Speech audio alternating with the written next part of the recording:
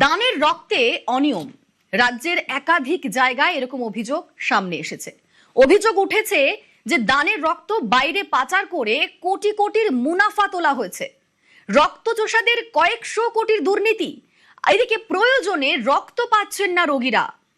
Padmapukur health point blood bank, সেখানে রক্ত নিতে এসেও রক্ত পেলেন না সুনীত সান্যাল।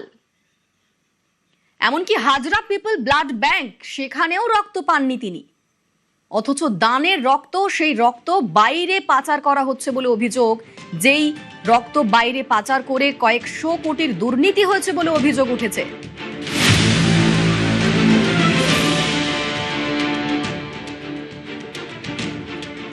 আমার সঙ্গে সরাসরি অভিজিৎ রয়েছেন প্রতিনিধি। Abhijit, Padmapukur health point blood bank, সেখানে রক্ত নিতে এসেছিলেন সুনীত সান্যাল, তারপর কি হলো?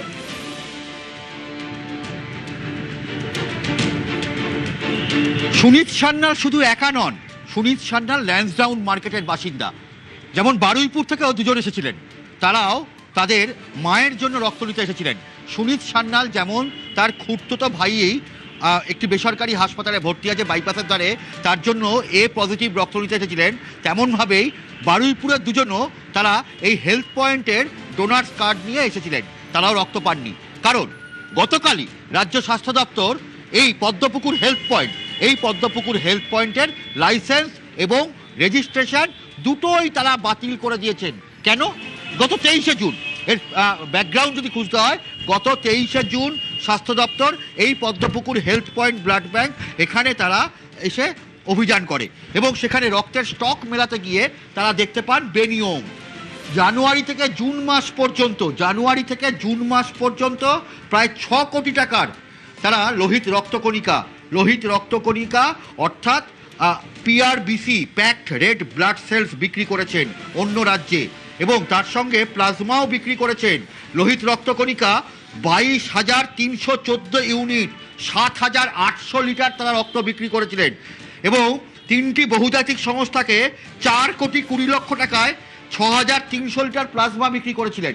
তার কোনো রকম কাগজপত্র তারা দেখাতে পারেননি, যে কারণে এখানে দেখা যাচ্ছে blood centre operation is currently stop as per order. স্বাস্থ্য দপ্তর বন্ধ করে দিয়েছে এই হেলথ পয়েন্ট। দক্ষিণ 24 পরগনার বিভিন্ন জায়গাতে তারা রক্তদান শিবির করতেন, এমনকি এই পদ্মপুকুর এলাকা বা দক্ষিণ কলকাতার বিভিন্ন জায়গাতে রক্তদান শিবির করত এই পদ্মপুকুর হেলথ পয়েন্ট।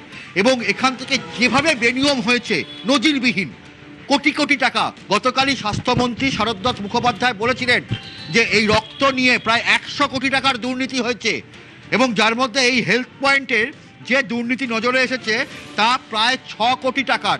রাজ্য জুড়ে 89টি বেসরকারি ব্লাড ব্যাংক রয়েছে। 89টা বেসরকারি ব্লাড ব্যাংকের মধ্যে এখনো পর্যন্ত 11টা বেসরকারি ব্লাড ব্যাংক তাদেরকে কোনো রকম রক্তদান শিবির তারা যাতে সংগঠিত না করতে পারে তার নির্দেশ জারি করেছে রাজ্য স্বাস্থ্য দপ্তর। অভিজিৎ, সঙ্গে থাকো। এই যে সুনীত সান্যাল, তিনি রক্ত নিতে এসেছিলেন, তার বক্তব্য একবার শোনাবো। পিপুলস ফার্মেসিতে যাওয়ার পর ওরা আমাকে বললো যে আপনাকে সেন্ট্রাল ব্লাড মানিকতলায় যেতে হবে। এখন আমি চেষ্টা করছি মানিকতলা থেকে যদি আমি কালেক্ট করতে পারি, নাহলে আমাকে ফিরে যেতে হবে না পেলে। বহুদিন ধরে এটা চলে আসছে, এটা আজকে না, এটা বহুকাল ধরে চলছে। এই জিনিসের আমার তো মনে হয় না কোনোদিন বন্ধ করা যাবে বা হবে। সরকার তো প্রচন্ড পরিমাণে অভিযান চালাচ্ছে এবং এর লাইসেন্স ক্যান্সেল করেছে। এইটা অভিযান তো এর আগে বহুবার হয়েছে, তার ফল তো আমরা কেউ কিছু পাইনি। তো এখন যদি হয় ভালো, ওয়েল অ্যান্ড গুড, সেটা নিশ্চয়ই ভালো, মানুষের পক্ষে সেটা ভালো হবে।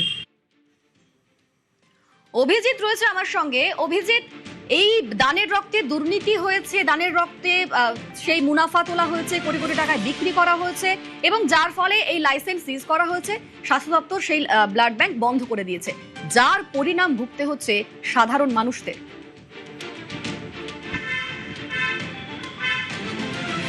নিঃসন্দেহে অনিন্দিতা, সাধারণ মানুষ যারা এই বিভিন্ন বেসরকারি ব্লাড ব্যাংকগুলো থেকে যারা রক্ত নেয়, সব থেকে বড় কথা এই হেলথ পয়েন্ট মাসে অন্তত বেশ কয়েকটি ব্লাড ডোনেশন ক্যাম্প অর্গানাইজ করে। সেখানে যারা রক্তদান করেন তাদেরকে এই হেলথ পয়েন্টের ব্লাড ডোনার্স কার্ড দেওয়া হয়। আমি যদি রক্ত দান করি, আমি একটা ডোনার্স কার্ড পাই, এবং সেই ডোনার কার্ড নিয়ে আমি ভাবি যে এখান থেকে বিনামূল্যে রক্ত পাবো। কিন্তু তার পরিবর্তে কি হয়েছে? সুনীত সান্যাল তার জাজ্জল্যমান উদাহরণ। সুনীত সান্যাল শুধু নন, বারুইপুর থেকে যারা এসেছেন তারাও ডোনার কার্ড দিয়ে রক্ত পাননি। কেউ রক্ত পাচ্ছেন না। ডোনার কার্ড দিয়ে যদি আমি রক্ত না পাই তাহলে কি লাভ? মানুষ বলবেন যে আমি রক্ত দেবো কেন? এবং সত্যি সেটাই হচ্ছে। যারা দীর্ঘদিন ধরে এই রক্তদান আন্দোলনের সঙ্গে যুক্ত তারা বলছেন যে মানুষের কাছে যে বার্তা যাচ্ছে, সাধারণ মানুষের কাছে, তারা মনে করছেন যে এই বেসরকারি বা প্রাইভেট ব্লাড ব্যাঙ্কগুলো আমার আপনার দানের রক্ত নিয়ে যেভাবে ছিনিমিনি খেলা খেলছে, যেভাবে কোটি কোটি টাকা মুনাফা করছে, তা সত্যি ভয়ানক। এবং রাজ্য সরকার, স্বাস্থ্য দপ্তর যে কাজ করছেন তাকে সবাই কুর্নিশ জানাচ্ছেন, যে প্রত্যেকে বলছেন যে এইভাবে যদি কাজ করেন এবং এইভাবে যদি অভিযান চালানো হয় তাহলে আরো দুর্নীতি নজরে আসবে এবং তাহলে সেই সাধারণ ছবিটাও মানুষের হয়তো বদলাতে পারে, সাধারণ মানুষের উপকার হতে পারে। দেখা যাক। ধন্যবাদ অভিজিৎ।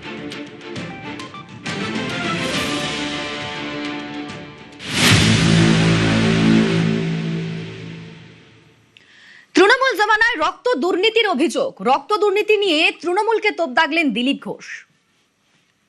কয়লা বালি থেকে আরম্ভ করে জমি আর মানুষের রক্ত শুধু নয়, মানুষের অঙ্গ প্রত্যঙ্গেরও ব্যবসা হতো এখানে, সেগুলো ধরা পড়েছে আগে।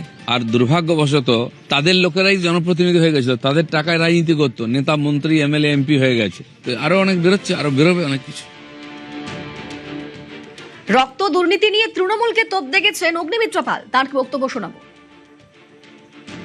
এক্স মুখ্যমন্ত্রীর শাড়িতে রক্তের দাগ আছে, আপনার হাতে রক্তের দাগ আছে, কিন্তু সত্যি মমতা ব্যানার্জি আপনার হাতে দাগ আছে রক্তের মতো জিনিসকে বিক্রি করে বেশি ব্লাড টেনে সেখান থেকে প্লাজমা বের করে অর্গান বিক্রি হচ্ছে। মানে এটা ভাবাই যায় না যে একটা সরকার সে টাকার জন্য এতটা লেভেলে নামবে। বালি বিক্রি করছে টুলু মণ্ডল, ওইদিকে কালকে মেদিনীপুরে পাওয়া গেছে পাথর, গাছ, জল, বোল্ডার, মানে কিছু বাকি নেই। কিন্তু রক্তটাও ছাড়লেন না, প্লাজমাটাও ছাড়লেন না, অর্গানগুলোও ছাড়লেন না।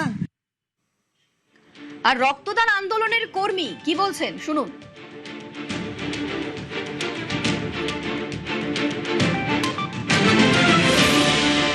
কতটা পরিমাণ বিক্রয় হবে, কতটা পরিমাণ স্টোর হচ্ছে, এই সংবাদটা কিন্তু সরকারকে দিতে হবে। সেটা কিন্তু এতদিন দেয়া হতো না। প্রাইভেট ব্লাড ব্যাংকের কিছু অংশ যারা সেই রক্তটা নিয়ে ভিন্ন রাজ্যে পাঠিয়ে দিচ্ছে, সেখানে বিক্রি হচ্ছে, সরকারকে কোনো জানাচ্ছে না। স্বাস্থ্য বিভাগের যে আইন, তাকে বুড়ো আঙুল দেখিয়ে নিজের একটা করে আইন তৈরি করেছে। ব্লাড ব্যাংকের মধ্যে কাউন্সিলর এমএলএদের সিল থাকছে, কুপন থাকছে। এটা আমার মনে হয় এক দুটো ব্লাড ব্যাংক না, এর সঙ্গে আরো অনেক ইনভলভড আছে। সরকার যখন নড়ে চড়ে বসেছে, সরকার যখন এগুলো জানতে পেরেছে, মনিটরিং করতে শুরু করেছে, এই জায়গাটা আমার মনে হয় সঠিক। ব্লাড ডোনেশন ক্যাম্প করছে, তারা কিন্তু নির্ভর করতে গিফটেরও। এবং সরকারের কঠোর আইন করা উচিত প্রত্যেকটি ব্লাড ব্যাংকে, যাতে অনিয়ম না হয়। সাধারণ মানুষ যদি অ্যালার্ট না হয়, তাহলে এই রক্ত অসাধু কারবারিরা তারা কিন্তু মানুষের দুর্বলতার সুযোগ নিয়ে নিচ্ছে।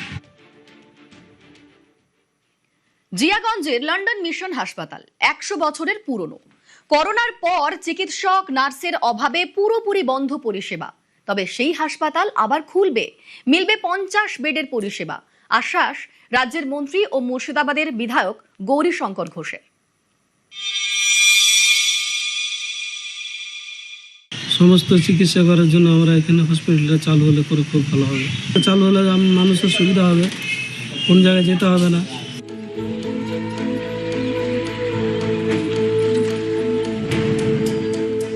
মুর্শিদাবাদের জিয়াগঞ্জ, একটা সময় এখানকার লন্ডন মিশন হাসপাতালে সব সময় থাকতো রোগীর ভিড়, এখন যেন পোড়ো বাড়ি।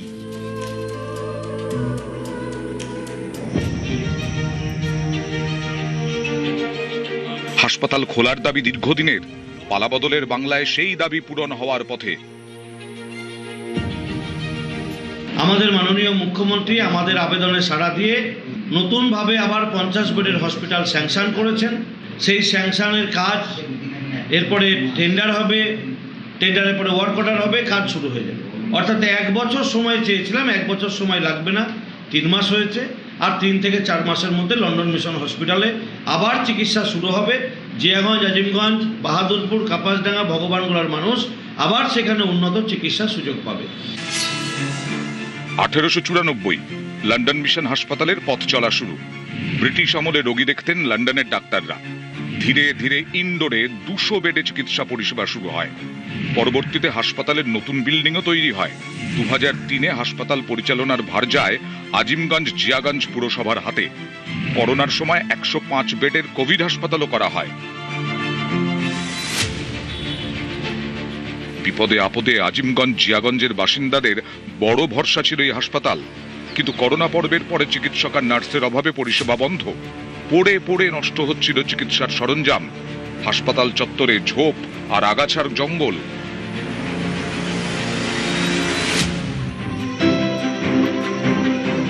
নির্বাচনের আগে এই হাসপাতালে পরিষেবা ফের চালুর প্রতিশ্রুতি দিয়েছিল বিজেপি। এবার কথা রাখার পালা।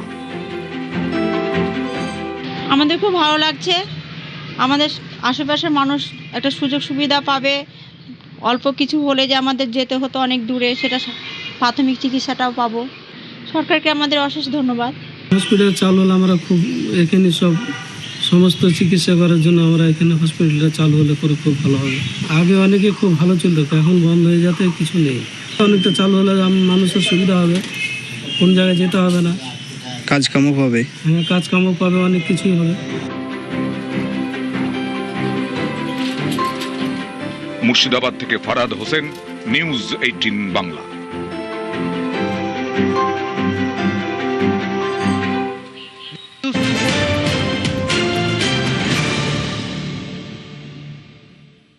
আর এবার যে খবরে নজর রাখবো, ডায়েট চার্ট মেনে সরকারি হাসপাতালে রান্না। ডায়েট চার্ট মেনে খাবারের সবুজ সংকেত হাইকোর্টের। আজ থেকে সরকারি হাসপাতালে নতুন খাবারের চার্ট। সিঙ্গেল বেঞ্চের স্থগিতাদেশ খারিজ ডিভিশন বেঞ্চে। 23শে জুলাই বিজ্ঞপ্তি জারি করে স্বাস্থ্য দফতর। সরকারি হাসপাতালে ডায়েট চার্ট ও টাকা বরাদ্দ রাজ্যের। 20শে অগস্ট বিজ্ঞপ্তিতে স্থগিতাদেশ দেয় সিঙ্গেল বেঞ্চ। সিঙ্গেল বেঞ্চের স্থগিতাদেশ খারিজ ডিভিশন বেঞ্চে। ডায়েট চার্ট মেনে খাবারের সবুজ সংকেত হাইকোর্টের। ডায়েট চার্ট মেনেই সরকারি হাসপাতালে রান্না। আমার সঙ্গে অর্ণব রয়েছেন, প্রতিনিধি অর্ণব, হাইকোর্ট কি বলছে? দেখো, আজ বিচারপতি পম্পা সরকারের ডিভিশন বেঞ্চ আজ সিঙ্গেল বেঞ্চের নির্দেশ খারিজ করে দিয়েছে এবং রাজ্য সরকার, আমরা জানি নতুন সরকার আসার পর থেকে স্বাস্থ্যমন্ত্রী, স্বাস্থ্য প্রতিমন্ত্রী অর্থাৎ শারদা মুখোপাধ্যায়, একই সঙ্গে সুমনা সরকার প্রত্যেকে বিভিন্ন হাসপাতাল ভিজিট করছেন এবং তৃণমূল জামানায় স্বাস্থ্যের যে গুণ ধরছে সেটাই ধরার চেষ্টা করছে। এরই মধ্যে খোঁজ খবর নিয়ে মুখ্যমন্ত্রী শুভেন্দু অধিকারী জানতে পারেন যে আমাদের রাজ্যের সরকারি হাসপাতালগুলো রোগীদের যারা ভর্তি থাকেন ট্রিটমেন্টের জন্য তাদের যে খাবারের গুণগত মান সেটা খুবই খারাপ। এবং কেন খারাপ খোঁজ নিতে গিয়ে মুখ্যমন্ত্রী শুভেন্দু অধিকারী আরো হুঁশ পান, যে পরিমাণ টাকা বরাদ্দ করা হয় রোগী পেছু সেটার পরিমাণ অনেক কম। এরপরে নতুন রাজ্য সরকার সিদ্ধান্ত নেয় যে নতুন ডায়েট চার্ট হবে এবং প্রত্যেক হাসপাতালের রোগীরা তাদের খাদ্যের মানের উন্নয়ন হবে এবং সেই অনুযায়ী অর্থ বরাদ্দ বাড়ানো হয় রোগী পিছু খাবারের এবং একই সঙ্গে নতুন ডায়েট চার্টও বানিয়ে দেওয়া হয় এবং সেই অনুযায়ী রাজ্য স্বাস্থ্য দপ্তর 23শে জুলাই বিজ্ঞপ্তি জারি করে রাজ্যের সমস্ত সরকারি হাসপাতালে রোগীরা যাতে একটু ভালো মানের খাবার পান তার ব্যবস্থা করে নতুন রাজ্য সরকার। কিন্তু একটি খাবার সরবরাহকারী সংস্থা যারা এই রান্না করা খাবার পরিবেশন করতো রোগীদের বিভিন্ন হাসপাতালে, তাদের মধ্যে একটি বেসরকারি সংস্থা তারা কলকাতা হাইকোর্টে মামলা করে এবং সেই মামলার প্রেক্ষিতে গত 31শে জুলাই বিচারপতি কৃষ্ণা রাও রাজ্যের এই যে যাবতীয় উদ্যোগ তার ওপর স্থগিতাদেশ অন্তর্বর্তী আকারে দিয়ে এই বিষয়টিকে স্থগিত করে দেয়। রাজ্য তড়িঘড়ি সিঙ্গেল বেঞ্চের এই নির্দেশ চ্যালেঞ্জ করে ডিভিশন বেঞ্চে পৌঁছায়। গতকালই জরুরি মামলা নেওয়া অনুমতি নেওয়া হয় মামলার জন্য এবং সেই মামলাটি আজ শুনানির জন্য আসেন বিচারপতি পম্পা সরকারের ডিভিশন বেঞ্চে এবং সব দিক বিবেচনা করে রাজ্যের যে উদ্যোগ, রাজ্যের যে সিদ্ধান্ত, সেখানে স্থগিতাদেশ দেওয়ার মতন কোনো বিবেচনা করার মতো কোন রকম গ্রাউন্ড বা প্রেক্ষাপট তৈরি হয়নি।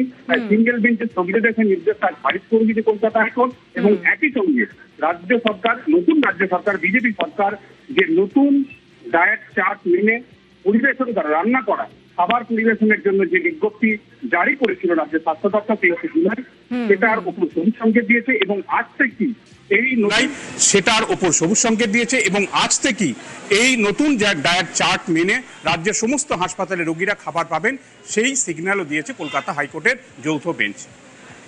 বেশ, ধন্যবাদ অর্ণব।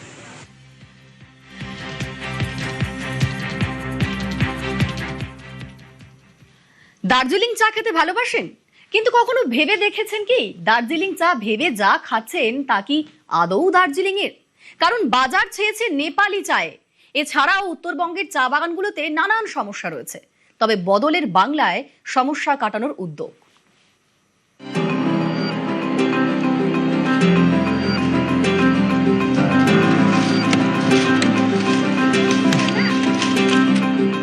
বাঙালি মানে চায়ের কাপে তুফান, বাঙালি মানে দার্জিলিং চা, ধোঁয়া ওঠা কাপে মন ভালো করা চুমুক। কিন্তু কখনো ভেবে দেখেছেন দার্জিলিং চা ভেবে যা কিনে খাচ্ছেন তা কি আদৌ দার্জিলিং এর? চায়ের বাজারে এখন দার্জিলিং এর কাঁটা নেপালের কম দামি চা। অবাধে ঢুকছে ভারতের চায়ের বাজারে কোটি কোটি টাকার ক্ষতি। কোভিড যখন হলো তখন দার্জিলিং একটা খুব ভালো মৌকা পেল।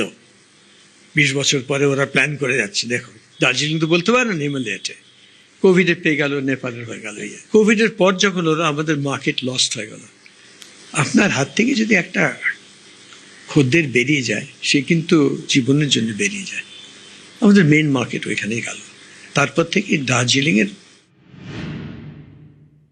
দার্জিলিং চা একটা গ্লোবাল ব্র্যান্ড, আমরা কিন্তু ঠিক মতন মার্কেটিং করতে পারিনি, তার জন্য এই ধাক্কা। নেপালের চা কত ইলাম থেকে আসে, 2-3 মিলিয়ন, দার্জিলিং এর ছিল 15, এখন ঘুরতে ঘুরতে ঘুরতে ঘুরতে অনিচ্ছেতে 5 মিলিয়ন এসে দাঁড়াচ্ছে। নানা রকম কারণ চলতে পারবে। সব দার্জিলিং এর 90% অর্গ্যানিক সার্টিফাইড, নেপালের চা সেটা নেই। দার্জিলিং, কালিম্পং, আলিপুরদুয়ার এবং জলপাইগুড়ি, এই 4 জেলা নিয়ে উত্তরবঙ্গের চা বলয়। শুধু নেপালের চা নয়, উত্তরবঙ্গের চা ব্যবসায় সমস্যা আরো অনেক। কোথাও বাগানের গেটে তালা, কোথাও বাগান বন্ধের মুখে, কোথাও আবার বেতন পিএফ নিয়ে শ্রমিক অসন্তোষ। অভিযোগ, তৃণমূল জামানায় এইসব সমস্যা কাটাতে অনেক বৈঠক হয়েছে, কিন্তু কাজের কাজ কিছুই হয়নি। পালাবদলের বাংলায় এবার সেই উত্তরবঙ্গের চাকে বাড়তি গুরুত্ব।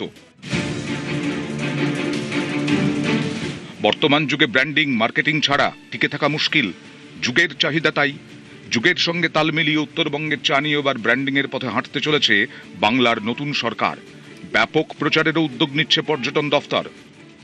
টিকেও আমরা ব্র্যান্ডিং করব, ট্যুরিজম অ্যাসপেক্টসেও ব্র্যান্ডিং করব। তার ফলে টির যে একটা প্রমোশন, ওন করা, ল্যান্ড অফ টি, এটা আমি যাচ্ছি যেখানে চায়ের জায়গায় ফার্স্ট ক্লাস থেকে শুরু করে সারা পৃথিবীতে যদি চা কেউ খায়, তাহলে সে দার্জিলিং টি জানে না, এরকম হতে পারে না। চা শিল্পটা যে আমরা ওন করিনি। আচ্ছা, টিকে কি আমরা সেইভাবে ব্র্যান্ডিং করেছি? দার্জিলিং টি বাদ দিয়ে আমাদের সেই যে ব্র্যান্ডিং, ডুয়ার্সের টির একটা আলাদা টেস্ট, দার্জিলিং টির একটা আলাদা টেস্ট। টিকে একদিকে যেরকম ইন্ডাস্ট্রি হিসাবে সেটাকে বুস্ট আপ করা, এবং তার পাশাপাশি টি ট্যুরিজমটাকেও এমন একটা জায়গায় নিয়ে যাওয়া যার মধ্যে দিয়ে একটা বেনিফিট যাতে চা শ্রমিকদেরকে দেওয়া যায়। একটু হাই এন্ড টি ট্যুরিজমের দিকেও আমরা ভাবছি। একটা অ্যাকশন প্ল্যান টিকে নিয়ে তৈরি করবার একটা কথা হয়েছে। ক্যামেরায় কাঞ্চন ভৌমিক ও অলোক কুমার দের সঙ্গে ভেঙ্কটেশ্বর লাহিড়ী এবং পার্থপ্রতিম সরকার, নিউজ 18 বাংলা। কার্শিয়াং এর লং ভিউ চা বাগান মজুরি আর বোনাস নিয়ে মালিক শ্রমিক অসন্তোষের জন্য কয়েকদিন আগেই বন্ধ হয়ে গিয়েছিল এই চা বাগান। 102 দিনের রিলে অনশন প্রত্যাহার হলো শেষ পর্যন্ত। কার্শিয়াং এর চা বাগানে উঠল শ্রমিক আন্দোলন। পিএফ এর টাকা জমা পড়তে অনশন প্রত্যাহার করা হলো। লং ভিউ চা বাগানের শ্রমিকদের উৎসব।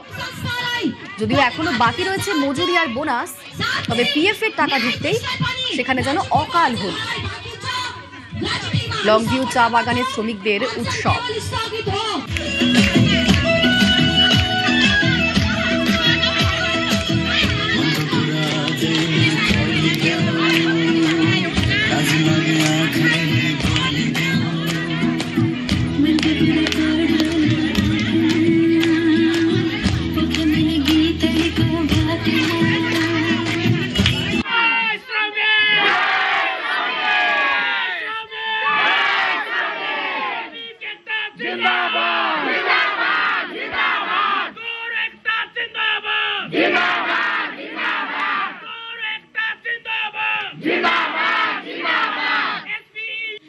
Facebook mah boleh nak post ko.